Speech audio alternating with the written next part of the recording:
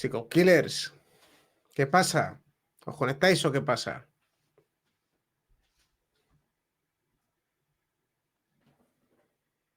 Vamos, meteros.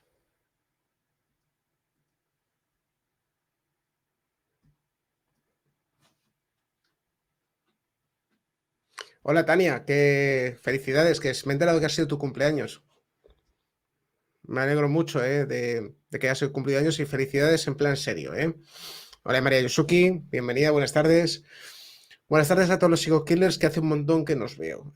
Hace un montón que nos veo porque este programa es completamente nuevo y vamos a hablar de un psicópata en cuanto os conectéis. No me hagáis esperar para explicaros el tema del psicópata. Hola Luz. Este programa va a ser bastante serio, Luz, así que hoy no vamos a hacer cositas de cibernovios y estas cositas, Luz? Hoy vamos a estar en plan serio aquí. Hola Sacha, ¿qué tal? Hombre, Gevilongo, gracias por estar aquí. Hola Comancheja. Me gustaba bien la que tenía el hombre, aquí está, Fanny Keka. Fanny Keka, ya me tienes comprado, con ese nick. Vale, bueno, pues ya estamos todos. Estamos de nuevas. Lo que ha pasado antes se va a borrar de vuestra memoria, ¿vale? Porque estas locuras solo las hago en Twitch, que se me va de repente la olla y cojo la guitarra. No ha pasado. Cumpleaños feliz, ¿eh? Y nada, Heavy, luego que estoy mejor de la espalda, que ya veo que te preocupas bastante. Y fuera de eso, vamos a ponernos ya con el vídeo.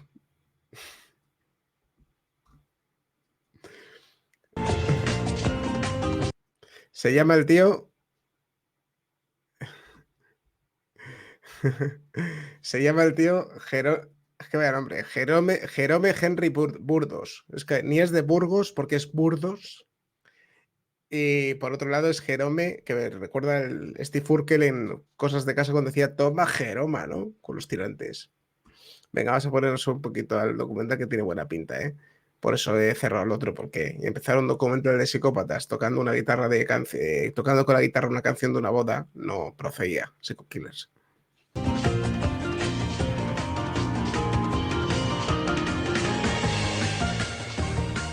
Jerry Brudos, el asesino de la lujuria. El asesino de la lujuria. Ojito al dato, ¿eh? Vaya etiqueta que le han puesto al pollo. El 10 de mayo de 1969, dos hombres hacen un escalofriante descubrimiento en el río Longtom de Oregón. Oscilando en la corriente, el cuerpo de una joven parece sujeto al fondo del río. Habían desaparecido 3 o 4 chicas jóvenes y se vivía una sensación de histeria en esas poblaciones. Habían desaparecido 4 mujeres y el cadáver confirmaba el peor temor de la familia. Era Linda Seeley. Joder, la verdad que es una foto súper antigua para ser en el año 79. Era una foto súper como muy antigua, ¿no? En 79 ya había fotos a color, yo creo. Linda Seeley había sido secuestrada en una zona comercial, un gran centro comercial de Portland. Había sido estrangulada y arrojada al río, atada a la transmisión de un automóvil. Los buzos rastrearon el río. 2 días después encontraron otro cuerpo. Karen Sprinker, desaparecida desde el 27 de marzo, también había sido estrangulada. Es que la verdad os lo digo, Psycho Killers, o sea, a mí ya me cuesta entender que puedo hacer un sobreesfuerzo y entenderlo, el hecho de que vayas a una guerra y te pongas enfrente de otro y tengas que hacer algo porque si no mueres tú, ¿no? Y la adrenalina, todas estas cuestiones, pero ya fijaros, ya si tenéis un poquito de humanidad y de empatía, ya acercaros a un ser humano y matarle con vuestras propias manos, o sea, es que estamos hablando de matar a una persona con tus manos, ¿no? Es como algo que mi cerebro no consigue conectar bien, ¿eh?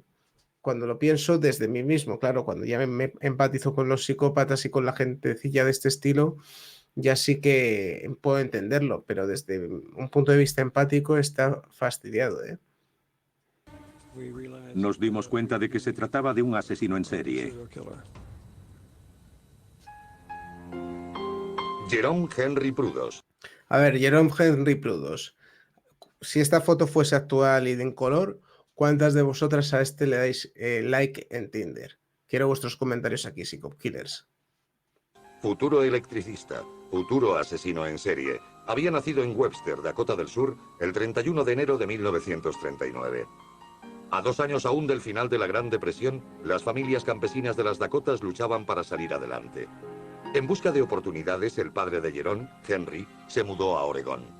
Allí esperaba encontrar un trabajo estable y un buen sitio para criar a su familia. Sus padres se mudaron al valle de Willamette. Portland estaba en el extremo norte, y Eugene en el sur, y la capital del estado, Salem, en medio. Y al sur de la capital del estado está la ciudad de Corvallis. Jerome Prudhoe provenía de un lugar casi idílico para criarse un niño. Pero la infancia de Jerome demostró no ser feliz ni estable. Debido a la escasez de trabajo, la familia se mudaba frecuentemente. Fue a varios colegios a lo largo de su vida escolar. No creo que se sintiera nunca seguro con su familia. El padre de Jerome tenía 2 trabajos, lo que le dejaba poco tiempo para estar con su familia. Sin una figura paterna, el joven solía estar solo con su mojigata y firme madre, Eileen. Propensa a diatribas emocionales, Eileen no ocultaba su asfixiante amor por su hijo mayor Larry o su profundo resentimiento por el pequeño Jerry. La madre de Vamos, que tenía una madre psicópata narcisista. Hola, Malicia, buenas tardes. Tenía una madre psicópata narcisista este hombre. Y empezamos con los hijos de los chunguitos. Jerome Prudhoe realmente quería tener una hija. Sabemos de familias o padres que dicen, quiero un hijo. Pero imaginen una madre que dice, quiero una niña, no quiero un niño. Es muy importante cómo un niño y después un hombre afronta su primera relación con una mujer, con su madre.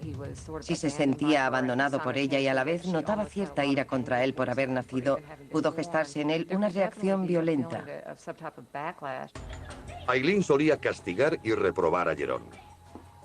En uno de los incidentes, Jerry encontró un par de zapatos de tacón en la basura. Jerome Prudhoe tenía 5 años y encontró un par de zapatos de mujer. Algo le hizo cogerlos, en vez de buscar un camión o un coche de juguete. Se llevó a casa esos zapatos y se los puso. Cuando Eileen descubrió a Jerome con los zapatos, le hizo prometer que se desharía de ellos.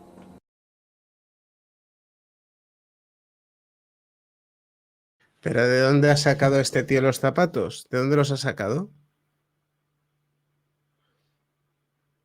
Claro, la leche que no me he enterado, macho. Ya luego empiezo. Prudhoe tenía 5 años y encontró un par de zapatos de mujer. Ah, por la calle. Algo le hizo cogerlos, en vez de buscar un camión o un coche de juguete. Se llevó a casa esos zapatos y se los puso. Cuando Eileen descubrió a Jerome con los zapatos, le hizo prometer que se desharía de ellos. Los zapatos se convirtieron en objeto tabú. Jerome no entendió su reacción ante los zapatos. No comprendió por qué se mostró tan reacia a que se los quedara. Lo reprendió, pero él se quedó con los zapatos. Y siguió jugando con ellos. Cuando Eileen descubrió su engaño, se enfureció.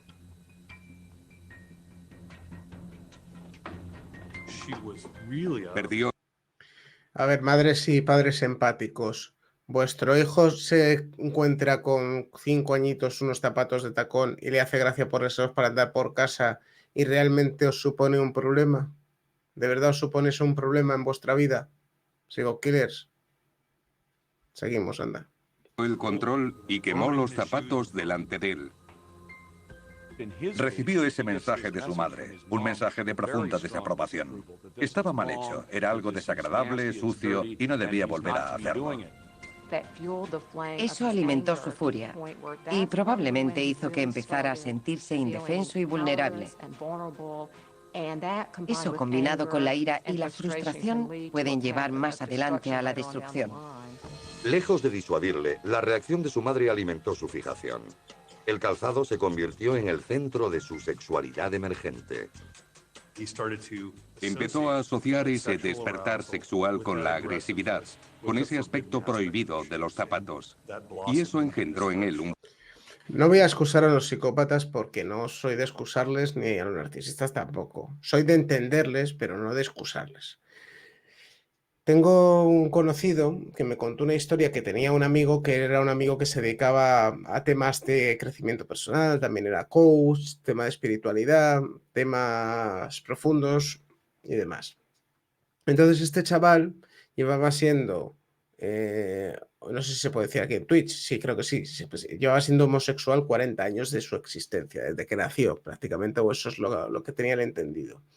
Y resulta que el tío empezó a recordar que cuando era pequeño, su madre o una tía suya, una prima, ya no me acuerdo muy bien de la historia, él tenía 4 o 5 añitos, 6 añitos, y la señora esta dentro de su familia le obligaba a él que él con su manita de niño pequeño acariciase el ecuador de su cuerpo. Entonces este chaval creó una especie de aberración hacia las mujeres. Bueno, no aberración, sino aberración en el tema de las relaciones íntimas, y era totalmente homosexual. Entonces, cuando se hizo mucho más adulto, empezó a hacer recordar esas escenas y consiguió hacer un tipo de procesamiento cerebral hasta que incluso desconectó lo que es la ira o la frustración o el malestar o la lesión que le supuso el haber vivido ese tipo de escenas cuando era chiquitín. Y de repente pasó de ser homosexual a que le gustasen las mujeres, y de hecho ahora quiere tener una familia y un hijo. ¿Qué os parece, Psycho Killers? Qué pena que eso no pase con los psicópatas, ¿eh? Fuerte fetichismo. Se mudaron en 1955 y sus primeros vecinos fueron una familia con hijas adolescentes. Comenzó a permitirse ciertas fantasías. Con 16 años, Jerome se obsesionó con las mujeres jóvenes, llegando a robarles la ropa del tendedero. Era su manera de satisfacerse sexualmente. Jerome era un joven de aspecto normal. No habría llamado la atención de las chicas de su edad. Cuando la policía se enteró de los robos, Jerome vio su oportunidad. Se lo contó a una de las vecinas que trabajaba con la policía. La convenció de que fuera a su casa para hablar de los robos. Cuando llegó, la saludó y después desapareció. Jerome fue a otra habitación, se puso una máscara y volvió.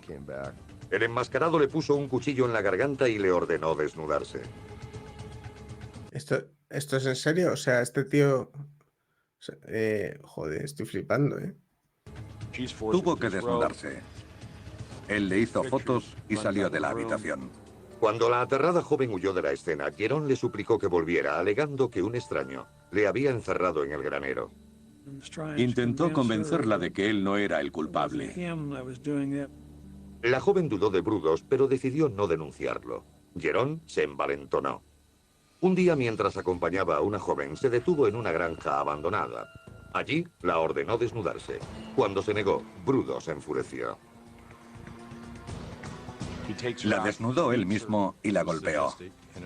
Fue sádico y violento. Estaba en plena pubertad cuando empiezan a gestarse los aspectos más violentos de la personalidad. Una pareja que pasaba por allí vio la pelea y llamó a la policía. Le arrestaron. Confesó y entonces encontraron sus cosas. Los zapatos, la ropa interior y la cámara. Los investigadores descubrieron fotos de la vecina de Jerome desnuda.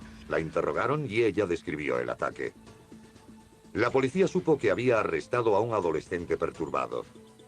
Pero nadie sospechaba los horribles crímenes que podía perpetrar este pecoso. Y cuando lo liberaran, Jerome Brudos y sus inquietantes fantasías sexuales entrarían en una espiral sin control.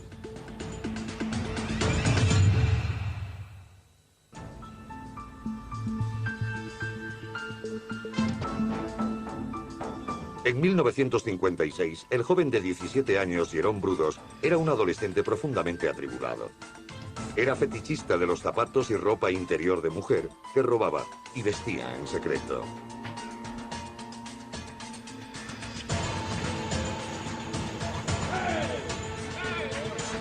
Había sido detenido tras golpear a una joven obligándola a desnudarse a punta de navaja. Las autoridades enviaron a Jerome al Hospital Estatal de Oregón para su evaluación psiquiátrica y tratamiento. Los médicos esperaban que el joven se rehabilitara. La mayoría hemos visto a alguien voló sobre el nido del cuco con Jack Nicholson.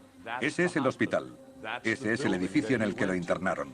Si recordamos el tipo de patología que se describía en esa película, vemos que ese es el entorno en que se desarrolló el joven Jerome. Jerome les contó a los psiquiatras una horrible fantasía. Veía una prisión subterránea donde escondía a chicas secuestradas.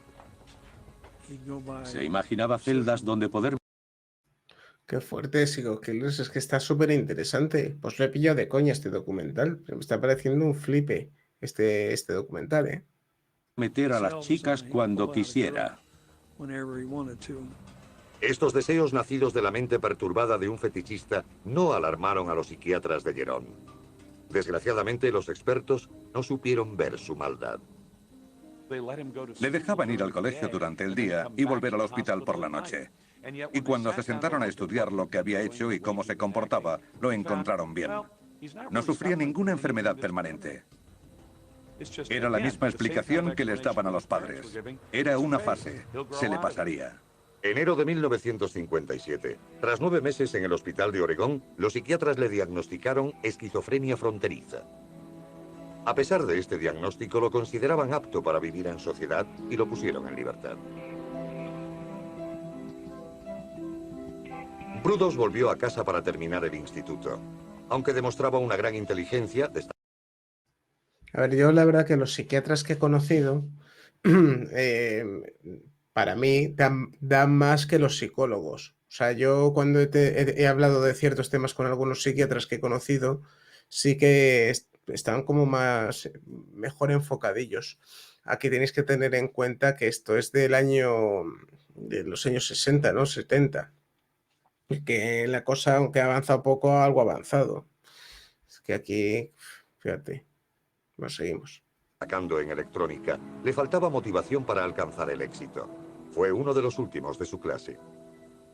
Tras fracasar buscando trabajo, se alistó en el ejército en 1959. El ejército lo envió a Fort Ord, en la bahía de Monterrey, California. Termina yendo al ejército y sigue teniendo extrañas fantasías y ensoñaciones que no son reales. Tiene que ir al psiquiatra y el médico decide que es peligroso dejarlo en el ejército y que hay que expulsarlo. Dado de baja en el ejército por sus peculiares obsesiones, regresó a Oregón a vivir con su madre. Tuvo una fría acogida. Aileen insistió en que Jerome durmiera en la leñera detrás de la casa. Pronto volvió a caer en sus antiguas costumbres, robar zapatos y ropa interior femenina. Y como aumentaba la obsesión, volvió a atacar a mujeres. A plena luz del día intentó secuestrar a una mujer que trabajaba para la compañía telefónica. Volvía de comer y la abordó cuando se disponía a entrar en su oficina. Cuando ella se resistió, él le puso las manos alrededor del cuello e intentó asfixiarla. Cayó al suelo inconsciente, le quitó los zapatos y la dejó allí. Lo que crecía dentro de su cabeza empeoraba cada vez más porque, como suele ocurrir con las obsesiones, las primeras cosas que te sientes obligado a hacer parecen satisfacer sexual o psicológicamente. Pero llega un punto en que no basta y hay que hacer más.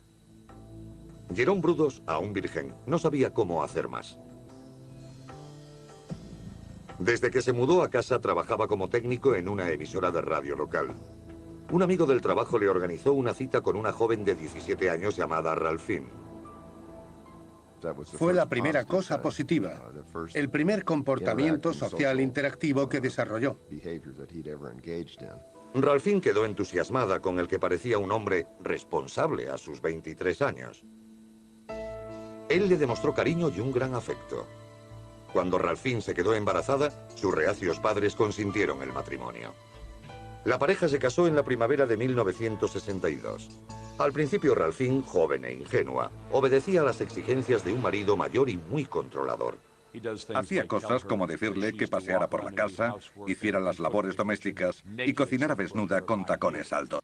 Es que es casarse con un puñetero loco, si lo quieres, o con una puñetera loca. A ver, ya sabéis que hay grados, los psicópatas, no, a ver, la psicopatía sí que vamos a ver, si ponemos el cómic del psicópata, efectivamente, pues te sale ya un Aníbal Lecter, pero luego de ahí para abajo puede ser con tendencias o con rasgos y estas cuestiones. Entonces, pues bueno, dentro de los testimonios que se hablan en Psicopsiquis o muchos de vosotros habéis sufrido gente con perfiles de este estilo, ¿no? Pero claro, ya que te toque una loca que meta a tus hijos en el horno, una loca que, como salió hace poco una noticia, que una tía, que no sé por qué no se le ha dado bomba a esa noticia, pero que hizo que desapareciese su hijo para siempre, o para hacer daño al marido, o algo así, no sé, una burrada, o estas cosas que de este loco también, que luego le estrangula a gente, ya como te metas con uno de esos en casa, vaya panorama, ¿eh? Seguimos. Jerome también prohibió a Ralphine entrar en su taller del sótano. Allí construyó una habitación oscura para revelar fotos impúdicas. Había fotos de Ralphine a medio vestir y desnuda, o vestida con ropa robada. En Ralphine, Jerry había encontrado a una muñeca cautiva con la que siempre había soñado. Al principio, la dócil e inexperta joven no pensaba demasiado en sus extrañas exigencias. La gente busca siempre lo mejor en otra gente. Tendemos a pasar por alto los malos modos o comportamientos extraños de los nuestros. Claro, no os fijáis vosotros, psico-killers, que cuando estáis con alguien, vosotros los que sois más empáticos, porque claro, dentro de todos los psico-killers habrá gente menos empática y más empática, está claro. Pero los que sois más empáticos, no es como que cuando siempre estéis con alguien, no es como que le veis cualidades buenas, ¿no? Pues que esta persona que es bajita y gordita, pero qué graciosa es y qué vis cómica tiene y qué tirón tiene con estas características físicas, ¿no?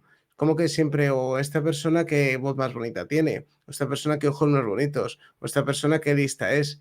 No es como que parece que vemos cualidades especiales en el resto de la gente, ¿no? Porque proyectamos la bondad que hay dentro, ¿no? Y nada, es una curiosidad que te pensaba así por dentro, Psico-Killers. Seguimos. Cuando te casas con alguien así, intentas protegerte. Jerome no lograba conservar su trabajo y la familia se mudaba constantemente. Poco a poco, Ralphine se fue volviendo más autoritaria. Se negaba a ser fotografiada o a participar en los juegos de Jerome. Como Ralphine se le escapaba, Jerome buscó otros modos de satisfacer sus fantasías sexuales. Se vestía en secreto con ropa de mujer y a menudo llevaba ropa interior femenina bajo su atuendo de trabajo.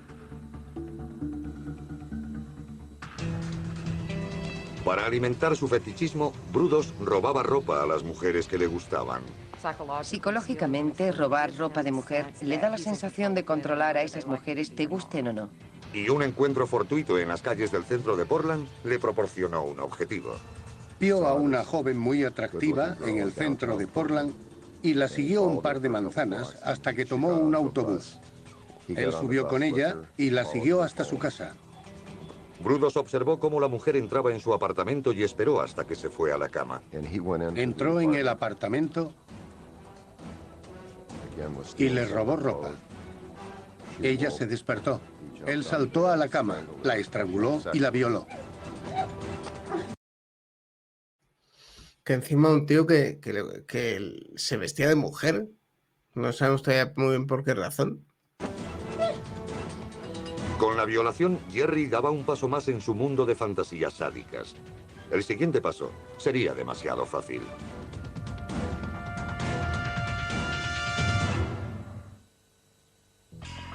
Diez años después de su internamiento adolescente en el hospital de Oregón, Jerome Brudos lograba escapar de la ley. En 1967, el electricista, esposo y padre de 28 años, parecía un ciudadano modelo. Pero bajo esa superficie fermentaban deseos inquietantes y violentos. Poco después del nacimiento de su segundo hijo, Brudos atacó y violó a una mujer. La violación de la mujer describe una progresión en su psicopatía. Estaba desatado, cada vez era más audaz, más temerario. Tenía más confianza en su capacidad de cometer ese tipo de... Es que fijaos, es que tiene mucha gracia el tema si lo miras de una forma así consciente, ¿no? La gente cuando empieza a trabajar en un trabajo es como que está más insegura, no conoce los compañeros, no conoce el sitio, está más nervioso, más nerviosa, ¿no? Y luego va cogiendo confianza y va evolucionando dentro de la empresa hasta que ya un día ya está aquí, pasa chavales, pásame este cliente, ¿no? Y esto pasa en todos los trabajos, ¿no? Y es que al final lo del tema de cómo se toman esta gente, el tema de los asesinatos también debe ser como un trabajo, porque al principio van con más cautela, ahora la mato, pero aquí que no me vea nadie, luego al final ya es como... Pues paso por aquí y a esta misma, ¿no? Y sin cuidar nada ya cogen tanta confianza, pero cogen confianza para hacer el mal. De crímenes y salir indemne. La frustración en su hogar le lleva a mayores excesos. Su esposa Ralphine estaba demasiado ocupada criando a sus 2 hijos. No tenía tiempo para satisfacer sus fantasías sexuales. En un intento de llamar la atención, dejó unas fotos comprometidas para que su mujer las encontrara. Eran fotografías de Jerome vestido con ropas de mujer, con medias y tacones altos. Su mujer ignoró las fotos del travestido y Jerome empezó a pasar más y más tiempo en el taller del sótano. Cuando se casaron, eligió a alguien que no hiciera demasiadas preguntas. Ella no quería saber toda la historia. Eso sería psicológicamente perjudicial. El 26 de enero de 1968, Linda Slosson, de 19 años, vendía enciclopedias de puerta en el barrio de Brudos. Vio a Jerome trabajando en el jardín. Él se mostró entusiasmado por las enciclopedias y ella le siguió al interior de su casa. La llevó al sótano con la excusa de no querer molestar a los de arriba. Cuando la tuvo en el sótano, se aproximó a ella por detrás y la golpeó en la cabeza con un madero. El golpe no la mató. Brudos terminó la faena estrangulando a Linda hasta dejarla sin vida. Después, subió y le dio a su esposa dinero para que se llevara a los niños a comer fuera. El sello característico de la psicopatía es esa falta de empatía, la sensación de tener derecho sobre algo, el narcisismo. La mayoría de los asesinos en serie son psicópatas. Es el trastorno de la personalidad que les permite cometer un homicidio y continuar la vida con su familia como si nada hubiera ocurrido. Es que la verdad que la historia esta que cuentan, que este chaval, que no sé si fue en Brasil o en Portugal, o no sé si fue en España, que de repente mató a su familia, a unos primos suyos y demás, y pide una pizza por teléfono o llama a un amigo y le empieza a mandar fotos de los niños asesinados por WhatsApp. Y luego el tío se pide una pizza y se empieza a comer la pizza al lado de los niños muertos que acaba de matar. Es que la verdad que es que el tema del estómago es súper curioso y alucinante, ¿eh? Con su familia fuera de casa, Jerome podía dar rienda suelta a sus fantasías sexuales con su víctima. Para algunos asesinos en serie, lo bueno es la interacción con el cadáver y el control y la cercanía que tienen con él. Porque cuando la víctima está muerta, tienen el control absoluto sobre ella. Eligiendo de su colección de ropa interior femenina, Jerome le puso tacones altos y lencería e hizo numerosas fotos. Cogió una sierra y le cortó uno de los pies. Lo guardó como trofeo. Lo metió en el congelador. Periódicamente lo sacaba. Era un objeto fetiche para él. Le ponía un zapato de mujer y se masturbaba. Se excitaba con él. Por la noche, mientras su familia dormía, Jerome metió el cadáver de Linda Slosson en su coche. O sea, qué fuerte, ¿eh? O sea, ¿qué conexión habrá? Eso me gustaría estudiarlo un poco. A ver si conozco a algún especialista en estos temas y hablo con él. Y a ver si encuentro conexión entre lo que yo sé y lo que el especialista me cuente. Está muy interesante el tema de no encontrar dónde está la conexión entre que a ti te alegre para las cuestiones íntimas un pie cortado, congelado y con un zapato. No sé, hay que buscar ahí donde puede estar el gusto. Ató el cuerpo a la transmisión de un automóvil y lo arrojó al río Lontong.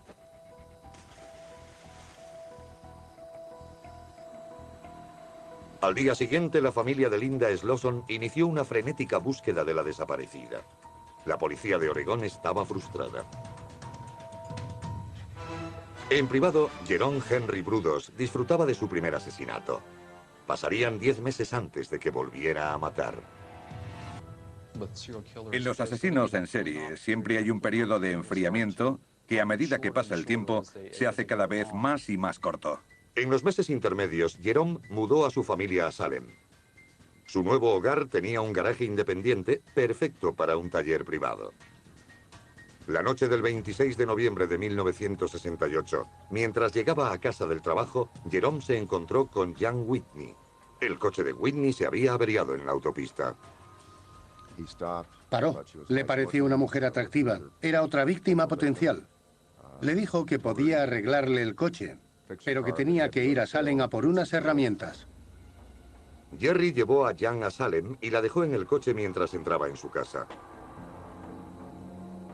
Cuando regresó al coche, se metió en el asiento delantero, detrás de ella.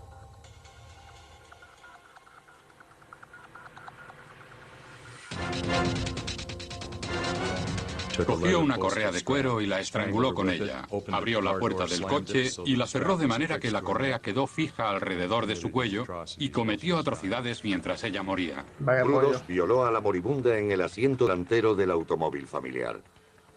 Jerome Brudos y sus enfermos deseos le llevan a lugares donde nunca había estado antes.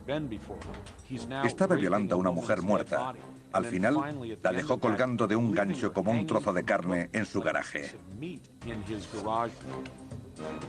También hay una subyacente corriente de violencia y furia en él. La mala relación con su madre le hace sentir ira. No es lo que ella quiere y eso le da vergüenza. Esa vergüenza va unida a su sexualidad porque su madre no quería que llevara zapatos de mujer y transfería esa representación de la sexualidad al resto de las mujeres de la sociedad. Brudos mantuvo el cadáver de Jan Whitney colgando del garaje durante 5 días, violándola repetidamente. Jerry Brudos era un asesino lujurioso. Ese tipo de asesinos mata y mantiene relaciones sexuales con los muertos. La necrofilia es otra de sus motivaciones. Con el cadáver de Jan Whitney colgando, Jerome llevó a su familia a pasar un largo fin de semana fuera. Mientras estaban de vacaciones, ocurrió un accidente que estuvo a punto de exponer el más oscuro secreto de Jerome. Un coche se empotró contra su garaje y parte de su taller y alguien llamó a la policía. La policía llegó a investigar el accidente. La policía no vio el cuerpo de Whitney. Uno de los agentes llegó a ver incluso el garaje a través de una de las grietas. Si hubiera entrado, hubiera visto a Jan Susan Whitney colgada en el taller. A Brudos le estimuló la proximidad de la policía. Se creyó muy inteligente. La policía estaba a un nivel mucho menor que el suyo. Con su deseo cumplido, Jerome se cansó de su último trofeo. Tiró el cuerpo de Jan Whitney por el puente al río Willamette. Ya habían desaparecido 2 mujeres en Oregón, pero nadie sospechaba que había un atroz asesino en serie suelto en el noroeste.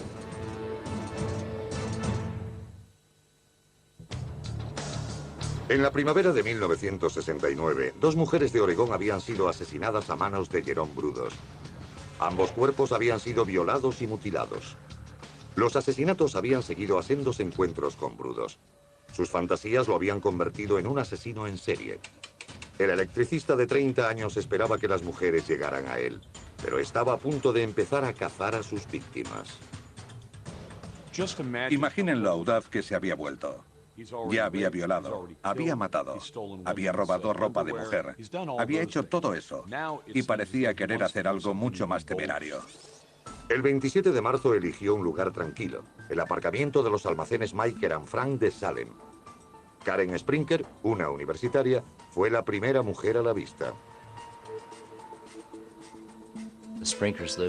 Los Sprinker vivían al sur de Salem, a unos 3 kilómetros de los grandes almacenes. Ella acudió allí para comer con su madre. En un rincón apartado del garaje, Jerome abordó a Karen y la obligó a meterse en el coche. Llevaba una pistola de juguete. La secuestró con esa pistola y la llevó a su taller. Parece ser que ella hizo todo lo que pudo por salvar la vida.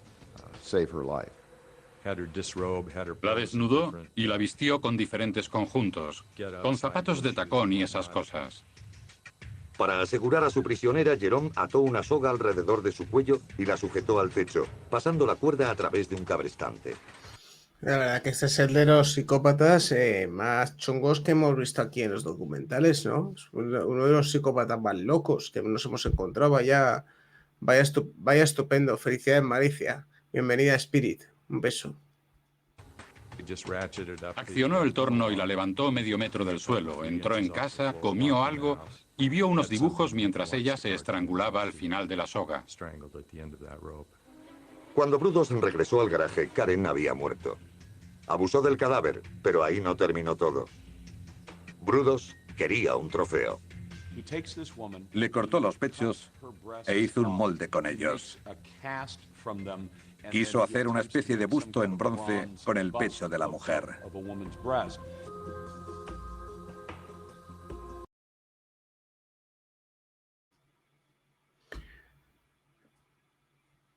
Voy a hacer una pausita, lo vamos a dejar aquí, no lo vamos a quitar del todo y ya os voy a enseñar un tráiler que ha hecho el creativo de Lucas, que hace todas las miniaturas de Instagram, las está haciendo él, todos los dibujos, que es un crack y ha hecho este vídeo para Psicopsiquis. Mirad.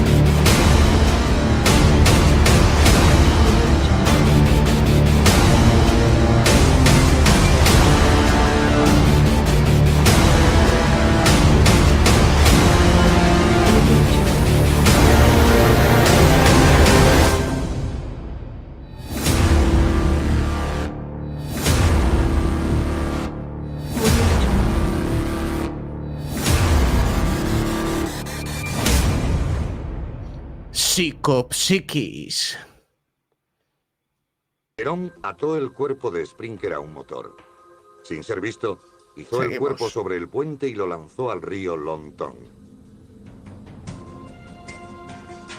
Mientras Jerome se deshacía del cadáver, la familia de Karen Sprinker intentaba comprender su misteriosa desaparición. Sabía que algo pasaba. Sentí como un escalofrío por la espalda. Hablamos con la policía y le notificamos su desaparición. La policía publicó la desaparición de Karen y siguió decenas de pistas infructuosas. Mientras, la familia Sprinker organizaba partidas de búsqueda creyendo desesperadamente que terminaría por aparecer. Mientras Davis y los Sprinker se aferraban a la esperanza, otra joven vivía ajena al peligro que le acechaba. El 21 de abril, Brudos escogió a Sharon Wood cuando cruzaba la calle hacia el aparcamiento de la Universidad de Portland. Encajaba en su perfil, delgada, atractiva y sola. Bajé las escaleras y cuando llegué, ese hombre me apuntaba con una pistola y me dijo que si no gritaba, no me dispararía. Me rodeó la cabeza con su brazo, pero yo le mordí con todas mis fuerzas en el dedo pulgar. Lo último que recuerdo es que me golpeó muy fuerte en la cabeza. Vi las estrellas. Y después saltó y salió corriendo. La resistencia de Sharon asustó a Jerome, pero logró huir sin llamar la atención. Desgraciadamente, la policía de Portland no relacionó inmediatamente al atacante de Sharon con la mujer. Qué fuerte, ¿eh? O sea, esta tía sobrevivió. Esta tía sobrevivió y lo ha contado. Que había desaparecido. Brudos volvió a atacar. Su siguiente víctima fue Gloria Smith. Además que no para el tío, ¿eh? Una tras otra. O sea, es que no sé cuántas ha cogido ya. Bueno, el Ted Bundy también se puso morado. Pero este no es muy sonado y un pollo, vamos, alucinante. Era una niña de 12 años que iba al Instituto Paris Junior de Salem. Jerry Brudos usó una pistola para secuestrarla. Cuando se dirigían al coche y pasaban entre dos casas, la niña vio a una mujer que arreglaba su jardín y aprovechó para salir corriendo hacia ella. Brudos se subió al coche y huyó alimentando otro fracaso. No estaba preparado para enfrentarse a las mujeres que le plantaban cara o a las que gritaban e intentaban escapar, porque no era del tipo de personas que salían en su busca. Quería que fueran un juguete en su taller. Se dio cuenta de que debía atraer a sus víctimas en vez de asustarlas. Compró una placa falsa de policía y comenzó a acechar el aparcamiento de un centro comercial de Portland. Allí vio a Linda Seeley, de 22 años. Cuando Linda se aproximaba a su coche cargada con regalos de cumpleaños para su novio, Brudos la abordó. Se puso delante con la placa haciéndose pasar por un agente de seguridad, informándola de que había habido muchos robos y de que tenía que acercarse a comisaría para un interrogatorio. Linda entró en el coche de Jerome. Él la llevó de Portland a Salem, directamente a su garaje. La metió en el taller y la ató. Se fue a cenar y cuando volvió la chica estaba allí, sin atar y no se movía.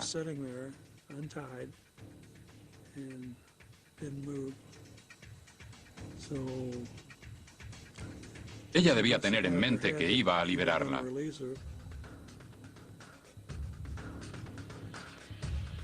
Jerome volvió a atarla y la colgó del techo para desnudarla y fotografiarla.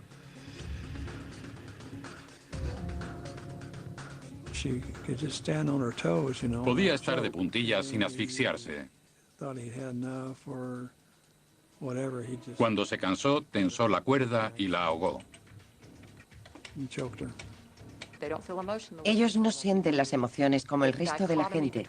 La dicotomía de subir y comer con su familia y que hubiera una víctima moribunda en el sótano le hacían sentirse un depredador.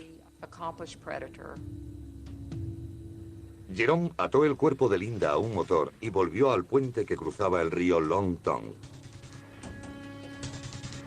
Para Brudos no fue el asesinato perfecto. No se había quedado con ningún trofeo. No le cortó los pechos. Cuando le pregunté por qué, me dijo que sus pechos eran rosados, que no tenían la areola decolorada alrededor del pezón, y eso no le gustaba. Los asesinos en serie siguen matando porque adornan y desarrollan esa fantasía hasta conseguir el asesinato perfecto. Jerome sabía que podía ejecutar el asesinato perfecto, mientras nadie lo detuviera. Se creía mucho más inteligente que sus perseguidores.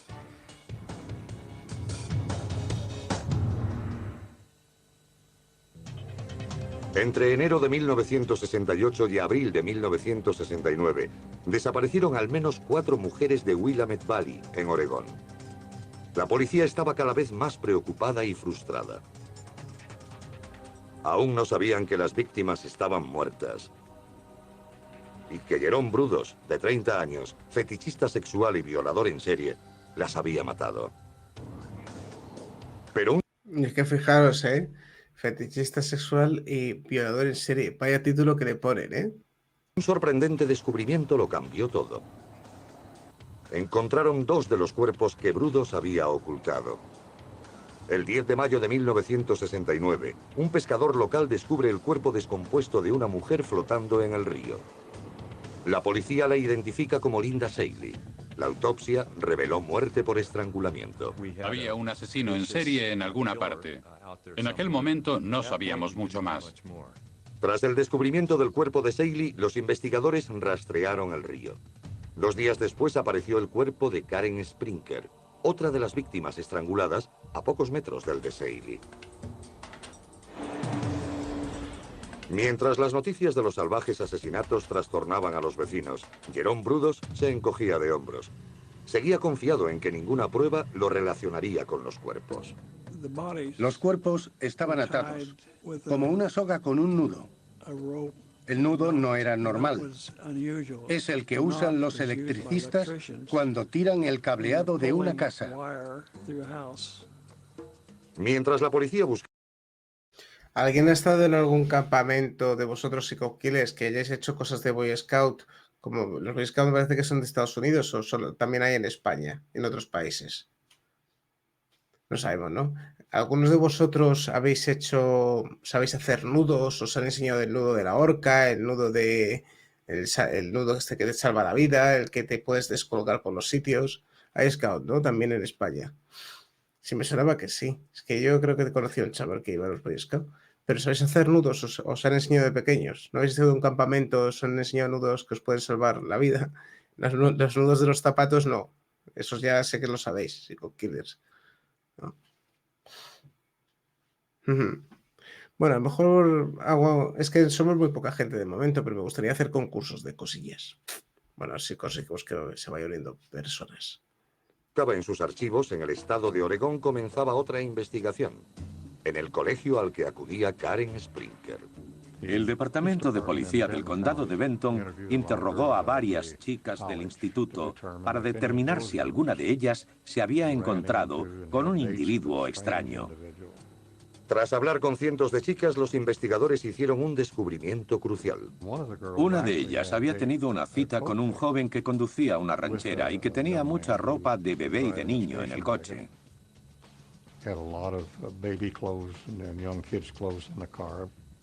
Otra estudiante dijo haber visto a un hombre rondando por la residencia de estudiantes. El hombre dijo ser un veterano de Vietnam en busca de compañía, pero no dejaba de hablar de las mujeres desaparecidas. Ella lo encontró escalofriante y accedió a ayudar a la policía para tenderle una trampa. La policía le dijo que se pusiera en contacto con ellos si volvía a dar señales de vida. Lo hizo y la policía le estaba esperando. Se identificó como Jerry Brudos. El detective Jim Stovall pidió los antecedentes policiales de Jerome Brudos y descubrió que era electricista. Pero lo más importante, Stovall se enteró del internamiento psiquiátrico. Joder, la verdad es que tiene la mirada de un carlino el tío, ¿eh? Es que obviamente aquí hay una simetría y bueno, por la boca ya vemos el arco hacia abajo, ¿no? De frustración. Tiene pinta de astucia, pero joder, lo que es la simetría es brutal en este caso. Psiquiátrico de Jerome por sus ataques adolescentes. Le hizo una visita para indagar algo más. Fuimos al garaje y hablamos allí. Los agentes encontraron la soga con la que habían sido atados los cuerpos de Karen Sprinker y Saley. Había claros indicios de que podía ser el responsable. Los agentes no tenían una orden de registro. Sin la soga, carecían de pruebas cruciales. Inexplicablemente, Brudos solucionó el problema. Dijo, parecen interesados en la soga. ¿Quieren un trozo? Yo le dije que sí, y me cortó un trozo. Los asesinos en serie están convencidos de que son más inteligentes que los agentes. Cometen errores porque creen que no pueden cogerlos. Con la ayuda del asesino, los científicos forenses relacionaron rápidamente a Brudos con la soga que usó para atar a sus víctimas. A pesar de sus bravatas, Brudos se alarmó por el interrogatorio de la policía. Hizo una discreta visita al abogado Daley Drake. Mantuvo su inocencia en todo momento. Yo le dije que si era inocente, no habría ningún problema, pero que si era culpable, no debía dejar que la policía investigara su casa o sus coches. Brudos tomó el consejo al pie de la letra. Cuando la policía obtuvo una orden de registro para su coche, él se adelantó a los acontecimientos. El interior del coche estaba mojado. Cuando le pregunté qué había pasado, me dijo que había ido a un lavacoches. Se había dejado la ventanilla izquierda bajada y se había empapado. La policía necesitaba desesperadamente pruebas para arrestar a Brudos. Les preocupaba que pudiera fugarse a Canadá. Si Gloria Smith, la estudiante a la que había atacado el 22 de abril, lo identificaba, podrían acusarle al menos de secuestro. Le enseñé 10 o 12 fotos, se las puse delante y le dije, tómate tu tiempo, míralos bien a todos y dime si ves a alguien que te resulte familiar. Se paró y dijo, este se parece mucho, pero el otro tenía muchas pecas. Era la foto de Jerome Brudos. El 30 de mayo de 1969, la policía alcanzaba a Jerome y Ralphine Brudos mientras se dirigían al norte hacia la frontera canadiense. La policía los seguía con una orden de arresto. Decidimos ejecutar la orden de arresto y cuando llegamos a Salem no salió de la autopista, siguió en dirección norte. Tuvimos que detener el coche y lo detuvimos. A 400 kilómetros de la frontera, la policía encontró a Brudos oculto bajo una manta en el asiento de atrás. Cuando lo arrestamos y le dimos la ropa de la cárcel, vimos que llevaba panties de seda de mujer. Dijo sentirse más cómodo así. Me llamó desde la cárcel a medianoche y me dijo que lo habían arrestado. Me preguntó si podía ir. Tuvimos una sesión de 5 horas en la que me confesó todos los asesinatos y me contó todos los detalles más escabrosos de cada uno. Drake escuchó asombrado por los crímenes y por la falta de remordimiento de su cliente. Jerome era frío. Carecía de emociones humanas cuando me describió algunos de los crímenes más horribles que haya cometido nadie. Yo le recomendé que guardara silencio, que no tuvieran ningún contacto con la policía. La policía lo tuvo bajo custodia, pero ¿podrían mantenerle allí? Está muy guapo el documental, ¿eh? Sigo que les hemos tenido una suerte con este, pero sí que ha sido suertón, porque ya veréis como un documental que se llama Jerome Henry Burdos, que parece de Burgos el tío, pero es Burdos. Parece que va a ser interesante, pero sí está muy bien.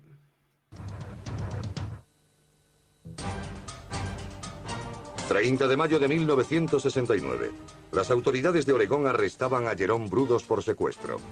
4 cuerpos ahogados, un arma homicida y la identificación positiva de una víctima señalaban a Brudos como asesino. Pero la policía aún necesitaba más pruebas o una confesión. Brudos permanecía en silencio, pero el detective Jim Stovall sabía cómo hacerle hablar. Dijo tener un coeficiente intelectual de 165, así que había que jugar con eso. Dejarle que él fuera el intelectual, dejar que fuera él el que llevara el interrogatorio, pero manteniéndolo centrado. Stovall hizo preguntas hipotéticas que Brudos no pudo resistirse a contestar. Se acercó a Brudos como un amigo, como una figura paternal, muy compasivo, con cierto cariño. Pero Jim Stovall sabía exactamente lo que hacía, sabía cómo tratarlo. Brudos fanfarroneaba con Stovall, quería impresionarlo y quería su amistad y aceptación. Finalmente desaparecieron todas sus pretensiones y el asesino terminó confesando. Empezó con la primera chica, la joven vendedora de enciclopedias de Portland. Me contó cómo la mató. Luego la chica Larson, Whitney y Saley. Lo que hizo con los cuerpos. Todo fue saliendo a la luz. Brudos incluso explicó cosas que la policía no había sido capaz de imaginar. Por ejemplo, las misteriosas quemaduras en el tórax de Saley. Había sido un experimento. Cogió 2 clavos y los clavó uno a cada lado del tórax. Después aplicó corriente eléctrica para ver lo que pasaba. Quiso comprobar si el cuerpo saltaba como una rana en una sartén. Los asesinos en serie necesitan estimulación. Una persona normal se excita con cosas diferentes, pero ellos tienen un nivel más bajo de cortisol y necesitan elevar ese nivel. La manera que tienen de hacerlo es intensificando su comportamiento. Y Brudos no mostraba remordimiento. Ya, pero para elevar el cortisol no tiene por qué ser solo haciendo daño. Pueden elevarlo, yo qué sé. Imaginaros que el psicópata ahorra todo un año y ahorra 14.000 euros en su cuenta del banco y hace Toma, lo dono a toda esta iglesia, por ejemplo, o a este mendigo de por la calle. Eso es un subidón. Dona todo el dinero que ha ganado en un año y luego se acuesta con su esposa o con su esposo, ¿no? No sé por qué no les da por eso. Al final es otro subidón igual, yo creo. Currar todo un año sin parar, hacer 200 horas extras y perderlo, darlo todo en un momento, ¿no? En un segundo. Disfrutaba matando a esas jóvenes, mutilando los cuerpos. Disfrutaba violando los cadáveres. Joder, me van a cerrar el puto Twitch con tanta palabrota, ¿eh? Le excitaba, le encantaba.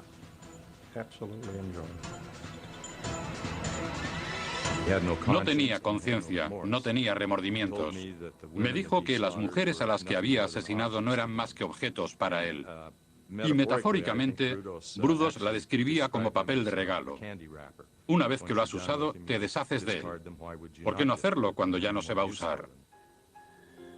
Con la confesión de Brudos, la policía pidió una orden de registro de su taller. El 3 de junio empezaron a recoger pruebas.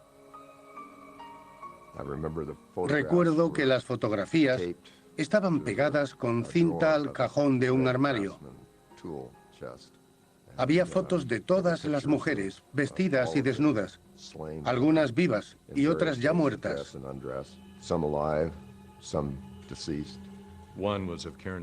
Una era de Karen Sprinker aún viva. La recuerdo sin ropa, solo con tacones altos. Nunca podré olvidar su mirada. Tenía las manos agarrotadas, describiendo el grado de miedo y terror que le estaba infundiendo. En una de las fotografías, el asesino estaba tan absorto en su fantasía que no se dio cuenta de su propia presencia en la instantánea. Había puesto un espejo bajo el cuerpo y estaba haciendo una fotografía que reflejaría su zona íntima, mientras... ¿Habéis visto la película de la mala educación, Psycho Killer? Psycho Killers de Almodóvar, con Fele Martínez, Goel García Bernal y con Lluís Llomar. A ver, ¿la habéis visto esa peli? Es un peliculón, ¿eh? Vamos, yo creo que de las del Almodóvar, junto con La piel que habito, es mi favorita. Me gusta mucho esa película, cómo está llevada la trama. A mí Almodóvar, algunas me gustan muchísimo y otras pues no las puedo tragar. La piel que habito me encantó también. Bueno, pues el Lluís Llomar hace un papel que tiene una escena de relaciones íntimas, ya no sé ni para qué digo eso, porque está el documental poniéndose morado hablando de sus cosas, y el actor tiene una escena donde está grabando en vídeo digamos, a una persona con la que está teniendo relaciones, y hace un papel de ido y de... que dices tú, joder, cómo lo está haciendo de bien, ¿no? O sea, al final cuando una persona está altamente excitada, es que claro, ya es como que se vuelve muy animal, ¿no? Y me ha hecho acordarme de esa escena, de esa peli, lo que cuenta él haciéndose las fotos, ¿no? Inclinó para hacer la foto, se retrató a sí mismo en el espejo. En la casa, los investigadores encontraron pruebas aún más horribles. A Karen Sprinker le mutiló los pechos e hizo pisapapeles con ellos. Los encontramos en su casa. Y cuando encontraron las llaves del coche de Jan Whitney en casa de Jerome, obtuvieron la prueba que lo acusaba de 3 asesinatos. Yo, como abogado de la defensa, tuve claro que Jerome era culpable. E iba a ser difícil preparar cualquier tipo de defensa legal, como no fuera por enfermedad mental. El 4 de junio de 1969, un equipo de psiquiatras sometía a Brudos a una batería de test. Debía sacarse todos los trucos de la manga. Decir, sí, lo hice, pero estoy loco. Lo hice, pero mi madre me hizo hacerlo. Hubo un total de 7 evaluaciones. Desgraciadamente, todas indicaron que no estaba legalmente loco. Claro, nos ha jodido. Joder.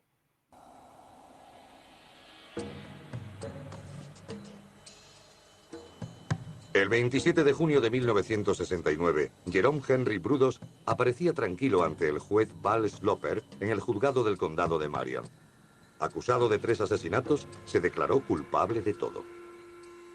El juez lo interrogó cuidadosamente y lo envió a la prisión. Todo había terminado. El mundo podía respirar aliviado.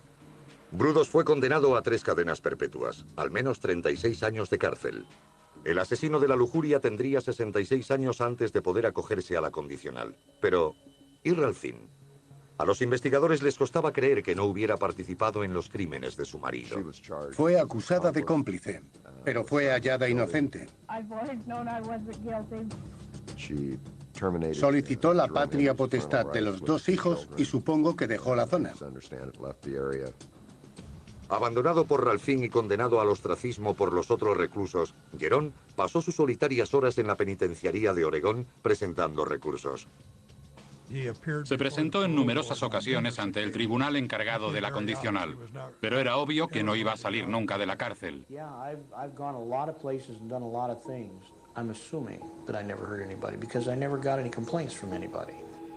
En su celda comenzó su propia biblioteca. Pidió catálogos de ropa y calzado femenino mientras estuvo en prisión, porque su obsesión no finalizó con la condena. Siguió siendo un enfermo entre rejas. Finalmente, Brudos se convirtió en el preso más antiguo de la cárcel de Oregón. Murió de cáncer de hígado a los 67 años, el 29 de marzo de 2006. Encima duró el tío. Jerome Brudos es la encarnación del mal deliberado. Me alegro de que ya no esté aquí. Cuando murió, la vida de Jerome Brudos fue tan insignificante para el mundo como la vida de sus víctimas lo había sido para él. Jerome Henry era como una serpiente con 2 cabezas. Pero nadie sabe por qué Dios creó a una criatura semejante. Bueno, también está el documental este del gafe que hacía otra cosa parecida a este, tal. Bueno, ya es que ni sorprenden los pobrecitos míos. La verdad es que ni sorprenden. Los psicópatas ya, a estas alturas. Son muchos casos vistos. Bueno, Psycho Killers, pues esto es lo que hemos tenido hoy. Os ha molado, ¿no? Yo me he quedado sorprendido. Pensaba que no sabía mucho si iba a estar muy bien o no. Y me ha gustado mucho el documental. Vamos, que estáis a vuestra bola, ¿no? Estoy viendo ahora en el chat. Que estáis aquí, no sé de qué estáis hablando. Los que hayáis visto el documental conmigo, Psycho Killers, ¿qué os ha parecido?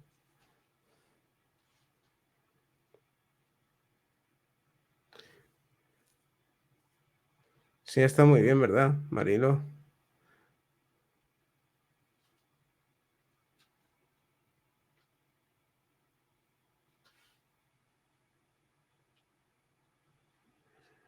Sí, bueno, ha sido durete, pero ha habido otros peores, más duros, no de mí.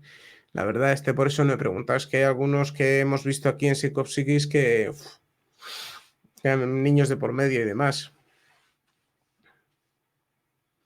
No, el coeficiente, él decía que tenía 165, pero no se sabe, no se ha demostrado, ¿no? A ver, al final puede que tened en cuenta que esta gente es como un poco antisistema, ¿no?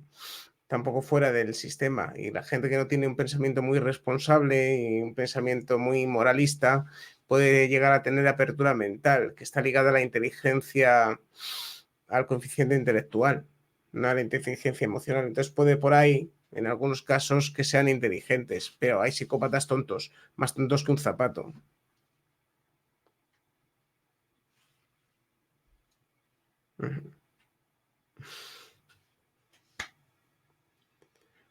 Bueno, pues nada, espero que lo hayáis pasado bien, por lo menos, y que os haya gustado este documental y también el directo que hemos hecho antes en YouTube, que siempre se hace todo con mucho cariño aquí para que estéis contentos, acompañados y entretenidos.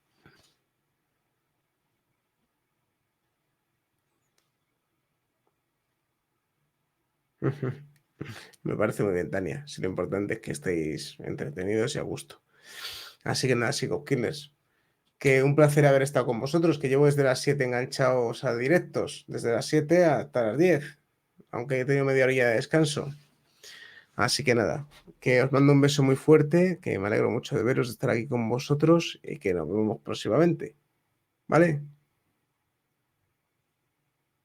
Que está muy bien el documental y que gracias por vuestra compañía, que sois los mejores y muy grandes, que se os quiere mucho.